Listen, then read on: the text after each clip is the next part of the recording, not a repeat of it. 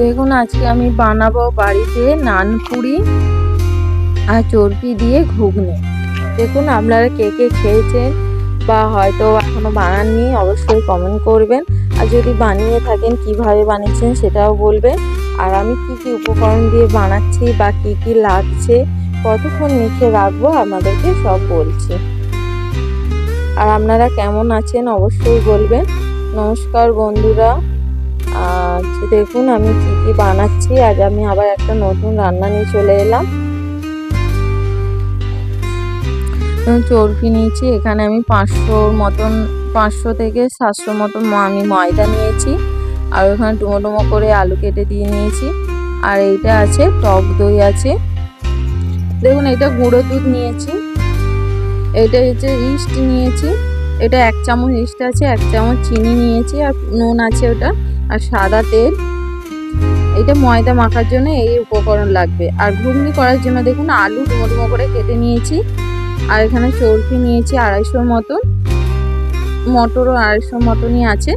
আর ওখানে আদা, কাঁচা লঙ্কা, জিরে পেস্ট করা আছে, টমেটো কুচোনো, রসুনটা আমি থেতলে নেবো, আর পেঁয়াজ কুচোনো আছে। এবারে আমি ময়দাটা মেখে নেব। দেন কি কি দিয়ে মাখছি আর কি কি উপকরণ দিয়ে মাখতে হবে আর কিভাবে মাখতে হবে এটা আগে মেন দেখার আছে। দেখুন আমি 1 চামচ চিনি নিয়ে নিচ্ছি।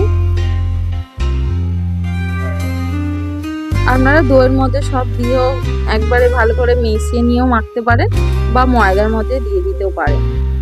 দেখুন আমি ময়দাতে নুন দিয়ে দিলাম পরিমাণ মতন। ইস্টটা আমি দইয়ের মধ্যে দিয়ে দিচ্ছি যাতে ভালো করে মিশে যায়।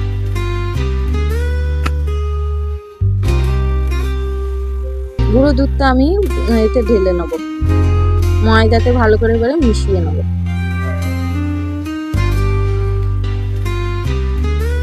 চামচ দিয়ে আমি দইটা ভালো করে একটু ফাটিয়ে নেব। আর আপনারা যদি বেকিং সোডা যদি বাড়িতে থাকে আপনারা 1/2 চামচ দিতে পারেন।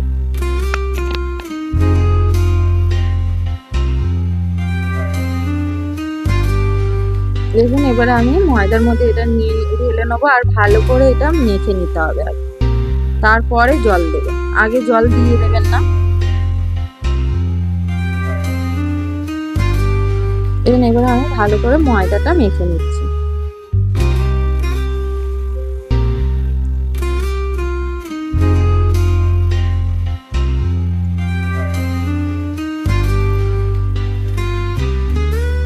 অল্প সাদা তেল নিয়ে নিচ্ছি।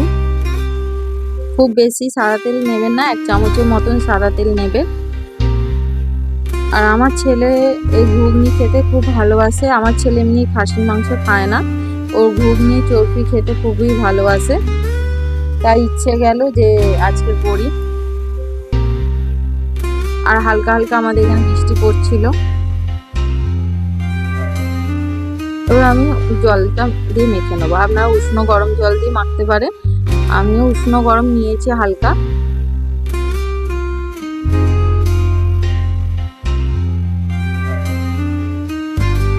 আর ময়দাটা ঠিক মাখা হবে, কিন্তু একটু পাতলা হবে ময়দাটা। আমার ময়দাটা মনে হচ্ছে একটু শক্ত আছে, তাই আমি অল্প করে জল দিচ্ছি।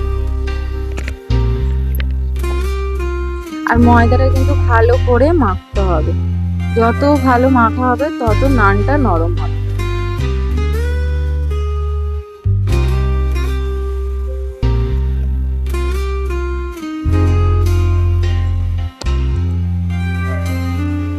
দেখুন ময়দাটা কি সুন্দর পাতলা হয়েছে। আর সামান্য একটু সাদা তেল দিয়ে আবার একটু ভালো করে মেখে নিতে হবে। এই দেখুন এবার ময়দাটা হয়ে গেছে আমার মাখা। আর এটা আমাকে রেখে দিতে হবে। যদি আপনাদের টাইম থাকে আপনারা 1 থেকে 2 ঘন্টার মধ্যে রাখতে পারেন, যদি টাইম না থাকে 1 ঘন্টা রাখবে। আর কিছু মোটা জিনিস এর উপরে চাপা দিয়ে দেবেন, যত গরম পাবে ওটা তত ফুলবে। দেখুন আমি ঢাকনা দিয়ে রেখে দিয়েছি 1 ঘন্টার জন্য। এবার আমি ঘুগনিটা করে নেব। দেখুন ঘুগনিটা বসাচ্ছি, আমি কড়াই নিয়ে নিচ্ছি। ওতেই আমি আলু দিয়ে দেবো, সামান্য একটু নুন দিয়ে দেবো। এবার পরিমাণ মতন জল দিয়ে দেবেন আপনাদের যেমন প্রেসারে।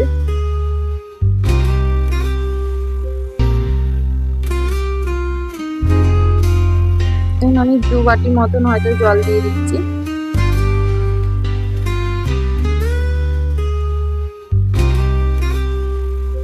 আমি প্রেসারটা বসিয়ে দিয়েছি। এবারে যাদের যেমন প্রেসারে সিটি দেবে, আর আমাদের প্রেসারে এখানে আমার 4টে সিটি দিলে সেদ্ধ হয়ে যাবে। দেখুন কত সুন্দর সেদ্ধ হয়ে গেছে। মটরটা যেন না গলে যায়, গলে গেলে কিন্তু কোনো স্বাদ পাবে না চর্বি দিয়ে ঘুগনি করলে। দেখুন মটরটা আমার কত সুন্দর আছে। আর ওইদিকে দেখুন কড়াটা বসিয়ে দিয়েছি, গরম হয়ে গেছে। আমি সর্ষের তেলে যেহেতু করবো, সর্ষের তেল দিয়ে দিয়েছি।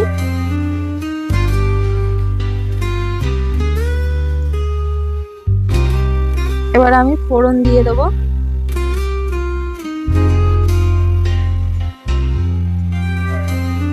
দেখুন এখানে একটা এলাচ আছে, দারচিনি আছে, লবঙ্গ আছে, জিরে আছে, শুকনো লঙ্কা ফোড়ন আমি দিয়ে দিচ্ছি। এবং ফোড়নটা আমার হয়ে গেছে। এবার আমি পেঁয়াজ কুচনো, রসুন কুচি দিয়ে দিচ্ছি।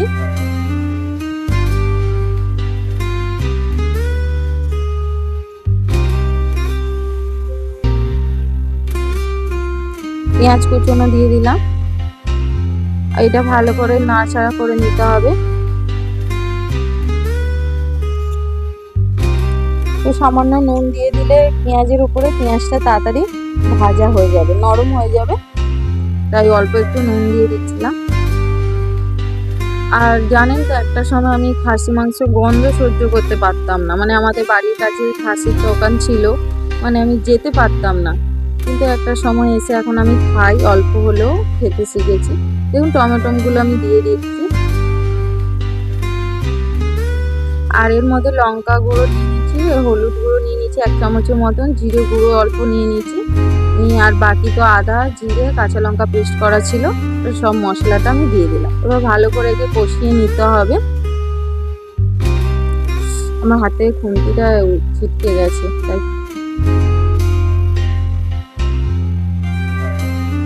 এবার চর্বিগুলো আমি দিয়ে দেবো। দেখুন তো এই চর্বিটা ভালো কি না আমি বুঝতে পারছি না, যেন সেই পনিরের মতন পিস পিস রয়েছে, আর একটু মানে তেল বেরোয়নি, যেমনকে তেমন রয়েছে। আমি যেমন পিস করেছি সেইভাবে দেখুন পিস রয়েছে। দেখুন গলে যায় না। জানি না এটা কি ধরনের চর্বিটা, আমি বুঝতে পারছি না। দেখুন আমার কষা হয়ে গেছে, কত সময় তেল ছেড়ে দিয়েছে। চর্বি এমনি গলে যায়, কিন্তু এটা দেখুন আমাকে খুন্তি দিয়ে ছোট ছোট করতে হচ্ছে। দেখুন আমার কষা হয়ে গেছে। এবারে আমি মটরটা ঢেলে দেবো। আর আপনারা কিভাবে করেন চর্বি দিয়ে ঘুগনি অবশ্যই বলবেন, আমি এইভাবেই করি। আর আজকে ঘুগনিটা আমি একটু পাতলা করবো, আর চর্বি দিয়ে করলে না একটু পাতলা করলে টেস্টটা হয়, তাই আমি একটু জল দিয়ে দেবো। আর আপনারা যদি ঝোল না পছন্দ করে জল দেওয়া দরকার নেই, মটরে যে জলটা থাকবে তাতেই হয়ে যাবে। এখন আমি অল্প একটু জল দিয়ে দিয়েছি।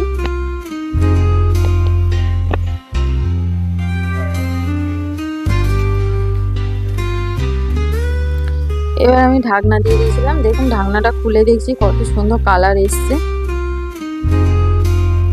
আর চর্বিগুলো সব ভেসে উঠেছে, দেখতে খুব সুন্দর লাগছে দেখুন। আর উপর দিয়ে আমি গরম মশলা দিয়ে দেবো, যেহেতু ফোড়নে আছে অল্প একটু গরম মশলা উপর দিয়ে দিচ্ছি।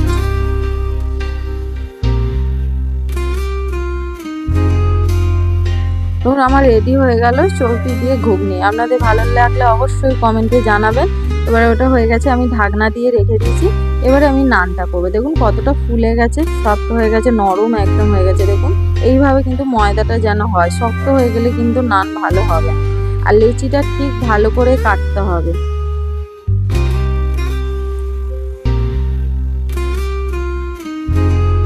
দেখুন আমি একটু বড় না, একটু মোটা মোটা হবে, পাতলা হবে না।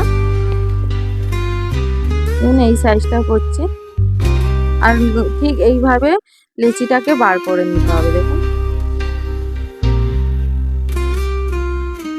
এইভাবে লেচিটাকে কেটে নিতে হবে।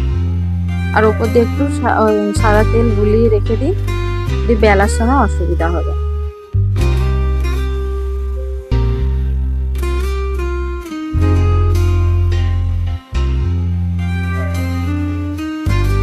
দেখুন এখন সবাই বাড়িতে কম বেশি বানিয়ে খাওয়া হয়, তবু দেখুন আমি এইভাবে সব কটা লেচি কেটে নিয়েছি। তবু ঘরে করলে মন ভরে দুটোর গায়ে চারটে আপনারা খেতে পারলে এইটাই, তাই বাড়িতে বানানো। সব জিনিসই করতে গেলে খাটুনি আছে, কষ্ট আছে, সবই ঠিক আছে। বাড়ি থেকে কিনে আনলে বা বাড়িতে করলে ভাবুন দুটোর গায়ে চারটে খাওয়া হয়, আর কিনে আনলে হয়তো দুটো খেলেন, এর বেশি আর নেই। এইটাই। দেখুন আমি সবেতে তেল মাখিয়ে নিয়েছি, এবারে আমি বেলে নেব। আর বেলাটা পাতলা হবে না, মোটা হবে। দেখুন এবার লম্বা করে আগে বেলে নিতে হবে।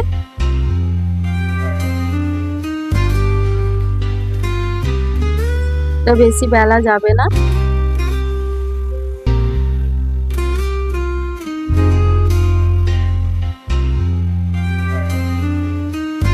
এরকম এইভাবে আমি বেলে নিয়েছি।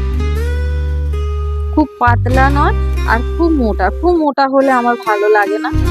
আর যে মোটাটা আমি করেছিলাম, ভালো লাগে না। এই মাঝারিটা বেলবেন, যেমন হবে খেতেও তেমনি সুন্দর হবে। দেখুন তেলটা হালকা গরম হয়ে গেছে আর মিডিয়ামে থাকবে উনুনটা। এবারে আমি ছেড়ে দেবো। আর দেখুন আর কত সুন্দর এবারে ফুলে যাবে। দেখুন তেলটা ঠিক এইভাবে দেবেন, আর উপর দিয়ে যদি আপনারা তেল দিতে পারেন তাহলে তো খুবই ভালো হবে। দেখুন কত সুন্দর ফুলে যাচ্ছে দেখুন। হ্যাঁ হ্যাঁ, কড়া আমার পুরো ভরে গেছে একটা নান। দেখেছেন কত সুন্দর ফুলে গেছে। এবার বাদ বাকিগুলো আমি এইভাবে সবগুলো ভেজে নেব। বাকিগুলো দেখুন,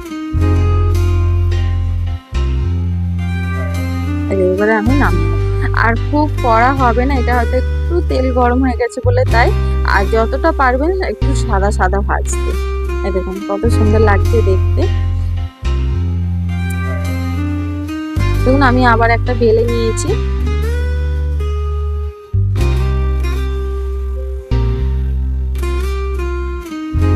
এটাও আমি এইভাবে ছেড়ে দেবো।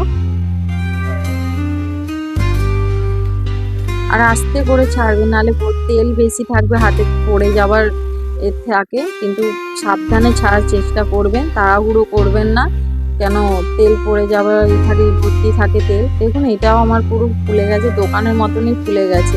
একদিন দোকানে খেতে গেছি, আমি জিজ্ঞাসা করছি দাদা এইটা নানটা কি করে এত সুন্দর ফুলে যাচ্ছে। বলছে এইভাবে করবেন বা এইভাবে চেষ্টা করবেন, নিশ্চয়ই হবে। কিন্তু দোকানের মতো হয়তো আমরা চেষ্টা করেছি, হয়েছে কিনা জানি না, খেলে তারপরে বুঝতে পারবো। আমার ছেলে খেলে হয়তো অবশ্যই বুঝতে পারবে, কেন ও খেয়েছে, ও জানে। এখন বাদ বাকিগুলো আমি এইভাবে সব ভেজে নেব।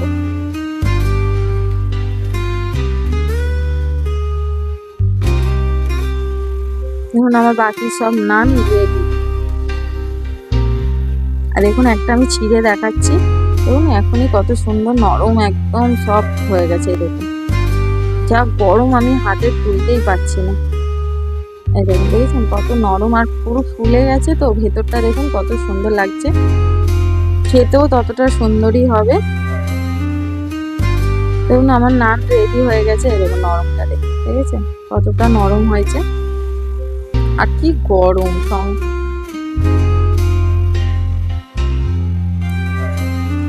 দেখুন আমার রেডি হয়ে গেছে নান আর চর্বি দিয়ে ঘুগনি। আপনাদের যদি ভালো লেগে থাকে অবশ্যই লাইক কমেন্ট শেয়ার সাবস্ক্রাইব করবেন। আর নতুন নতুন রান্নার জন্য অবশ্যই কমেন্ট করবেন। আর যদি আপনারা আরো কিছু রান্না যদি দেখতে চান অবশ্যই বলবেন। আজকে এই পর্যন্ত, টাটা।